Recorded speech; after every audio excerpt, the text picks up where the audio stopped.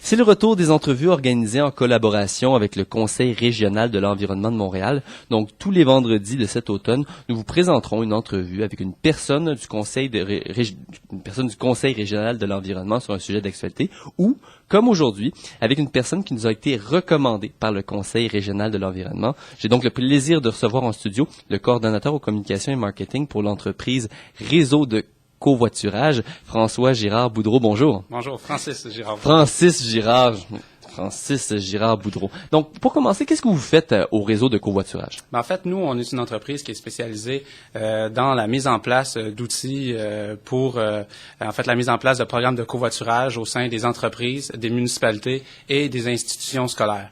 Donc, ces personnes-là, ces entreprises-là, par exemple, vont venir nous voir parce qu'ils ont différents problèmes, par exemple, problèmes au niveau des stationnements, engorgement du stationnement, où ils veulent offrir une alternative de mobilité à leurs employés.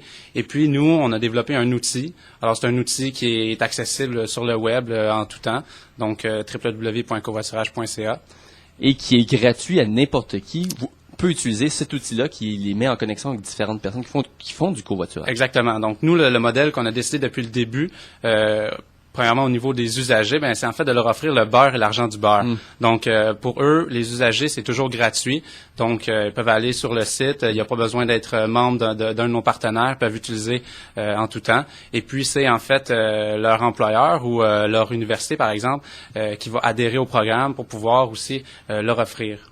Et donc, vous faites votre argent grâce aux entreprises, aux municipalités qui décident d'adhérer à vos programmes. Exactement. Donc, la formule, c'est vraiment une implication de la part de ces partenaires-là pour pouvoir, faire vivre le réseau. J'aimerais vous faire réagir. Il y a eu un article daté du 1er septembre dernier sur le site de Canoë où il est mentionné que le ministère des Transports du Québec a coupé dans le budget de promotion du covoiturage. Est-ce que ça vous touche, vous, au réseau de covoiturage, cette coupure-là? Mais en fait, ce qu'il faut comprendre, c'est que ces subventions-là étaient utiles pour des organisations qui vivaient donc de subventions. Alors, c'est principalement ce qu'on appelle les centres de gestion de déplacement qui, eux, étaient spécialisés, en fait, pour aller faire des diagnostics chez les employeurs. Donc, pour eux, oui, il y a un impact, mais pour nous, on n'a jamais vécu de subvention. Et puis, au niveau des centres de gestion de déplacement, ils étaient plutôt, ils faisaient les diagnostics, mais ça allait pas plus loin de mettre en place les démarches. Donc, nous, on met en place toutes les solutions et on peut faire aussi le diagnostic, de façon interactive avec l'outil qu'on a développé. Donc, vous n'avez pas vu de conséquences à cette coupure-là de ce budget de promotion du covoiturage? Absolument pas. Puis en fait, dans les médias aussi, souvent on entendait il n'y a plus de solution pour les employeurs maintenant qu'il y a eu une coupe dans ces subventions-là. Mais en fait, c'est pas vrai. Il y a des entreprises comme nous, en fait, le réseau de covoiturage, là, qui a pas mal un modèle particulier, en fait, unique. Et puis les solutions existent encore là, pour tous les employeurs. On va parler de covoiturage plus Oui. concrètement. Par exemple, il y a eu toute une saga autour de la circulation cet été à cause des problèmes de circulation, l'autoroute Ville-Marie, le pont Mercier, le pont Champlain. Bon, par exemple, en août dernier, la semaine du 22 août, le ministère des Transports a décidé d'ouvrir une voie réservée sur le pont de l'autoroute 25. Ça, c'est tout nouveau. Est-ce que vous avez eu des gens dans votre organisme, dans votre entreprise, qui ont commencé à faire du covoiturage grâce à cette voie réservée-là, par exemple? Ben c'est sûr que au niveau, par exemple, des motivations qui vont pousser les gens à en faire, ben il y a l'économie de temps qui entre en ligne de compte. Oui. Donc les voies réservées. Donc oui, lorsqu'il y a des gens qui sont toujours dans le trafic, et puis là tout d'un coup il y a une voie réservée qui vient d'apparaître sur l'autoroute, ben là ils se disent au lieu que ça me prenne 45 minutes dans le trafic, ben ça va peut-être m'en prendre 20 minutes sur la voie réservée, puis ça va se faire de belle façon là. Est-ce que vous pensez que c'est des gains de temps aussi considérables que ça en faisant du covoiturage? Ben, ça peut dépendre, disons, des personnes où ils partent. Là, il y avait le Statistique Canada qui a sorti sur le temps de navettage. Là, une étude sur toutes les villes au Québec. Exactement, Canada, puis qui disait que pour Montréal, on parlait de 30 minutes. En moyenne, oui. C'est ça, mais ça peut être plus gros là si les personnes qui partent des couronnes, Rive-Nord, Rive-Sud. C'est une moyenne, en effet. C'est ça, exactement. Donc, oui, je pense que ça peut être assez considérable là, s'il y a un bon réseau de voies réservées, évidemment, qui est pas seulement dans un tronçon particulier, mais qui est assez, disons, établi établis là, partout sur le réseau routier. Mais quand le gouvernement décide d'ouvrir des voies réservées comme ça sur les différents ponts, vous devez avoir un impact sur le nombre de personnes qui s'abonnent. Est-ce que c'est un impact qui est à court terme ou ça va être plus dans le long terme que les gens vont s'inscrire à votre programme? Je vous dirais que c'est autant à court terme que long terme, parce que lorsque les gouvernements vont ouvrir des voies réservées, il va souvent avoir des communications, communiqués de presse, puis ça va sortir dans les médias comme quoi, ils ont ouvert la voie réservée et on encourage le covoiturage, transport en commun, etc. Donc, les gens vont se tourner, vont aller chercher des solutions. Donc, c'est à ce moment-là qu'ils vont trouver un réseau comme le nôtre. Et puis, question statistique, là, je vous dirais qu'au niveau des inscriptions, à pareille date, l'année dernière, on a 50% de plus d'inscriptions qu'à pareille date l'année dernière. Donc, quand même, on a vu une augmentation là, marquée au niveau à ce niveau-là. Et vous allez rejoindre environ combien de personnes avec votre site? À ce jour, je vous dirais qu'on a les statistiques en temps réel sur notre site. C'est possible d'aller voir. On a près de 40 000 membres. Là. Je peux pas vous dire exactement quand je suis parti, il était à combien, mais ça augmente toujours. Donc, près de 40 000 membres et puis environ 50 partenaires là qui ont rejoint le réseau. Quand on parle justement de voyage en voiture. Puis là, on parle beaucoup de personnes qui habitent pas directement sur l'île de Montréal autour de systèmes de transport en commun.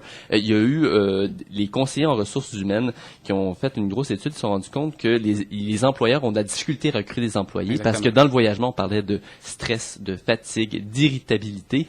Est-ce que le covoiturage, ça pourrait être une certaine forme de solution à ce genre de problème-là? Ben, absolument, parce que on a remarqué, vous parliez de stress notamment, une personne qui conduit seule, on a remarqué que cette personne-là va avoir un plus haut niveau de stress, un moins bon moral, une tension artérielle plus élevée.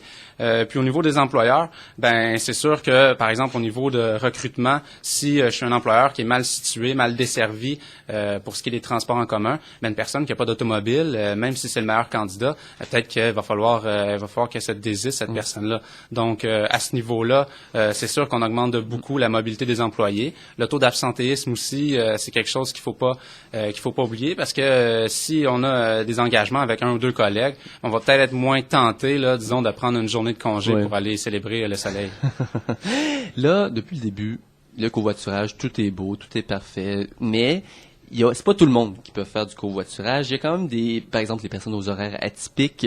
Est-ce qu'il y a une manière de s'en sortir, même quand on est un horaire un peu atypique, pour faire du covoiturage? C'est sûr qu'en partant, nous, oui, on prône le covoiturage, mais c'est pas vrai on veut enlever des usagers du transport en commun, par exemple. Mais c'est sûr que le covoiturage, ça peut être une solution dans plusieurs cas.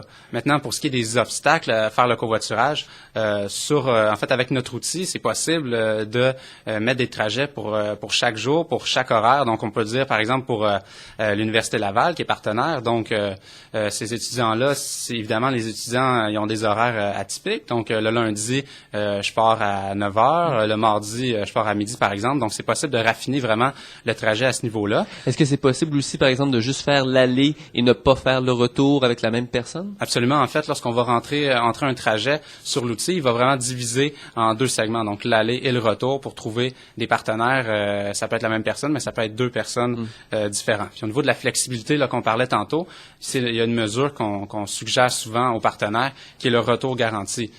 Donc, c'est de mettre en place un retour garanti. En fait, c'est si, par exemple, une équipe de covoiturage, il y a une personne qui doit quitter plus rapidement le bureau, donc une urgence familiale, par exemple. Et l'autre personne, là, elle a perdu son équipe de covoiturage. Qu'est-ce qu'elle fait? Ben, tout simplement, elle va prendre le taxi, elle va garder le coupon de taxi, et puis va pouvoir se faire rembourser par son employeur. Donc, c'est ce qu'on appelle le retour garanti. C'est vraiment un filet de sécurité, en fait, à l'usage du covoiturage. Mais Francis Girard-Boudreau, merci d'avoir répondu à nos questions ce midi. Donc, peut-être rappeler le site Internet et on le rappelle, un service qui est gratuit à toutes les personnes qui veulent y participer. Pas besoin de faire partie d'une entreprise participante ou d'une institution. Donc, le site Internet, voici. Exactement. Donc, c'est au www.covoiturage.ca. Et puis, au niveau des employeurs, institutions scolaires, municipalités, encore une fois, les numéros de téléphone sont sur notre site. Vous pouvez aller voir pour augmenter la mobilité de vos clientèles respectives, en fait. Donc, appelez-nous et puis on a les solutions pour vous. Francis Girard-Boudreau, merci d'avoir répondu à nos questions. Je vous rappelle que vous êtes coordonnateur aux communications et marketing au réseau de covoiturage. Merci beaucoup d'avoir été là. Merci beaucoup.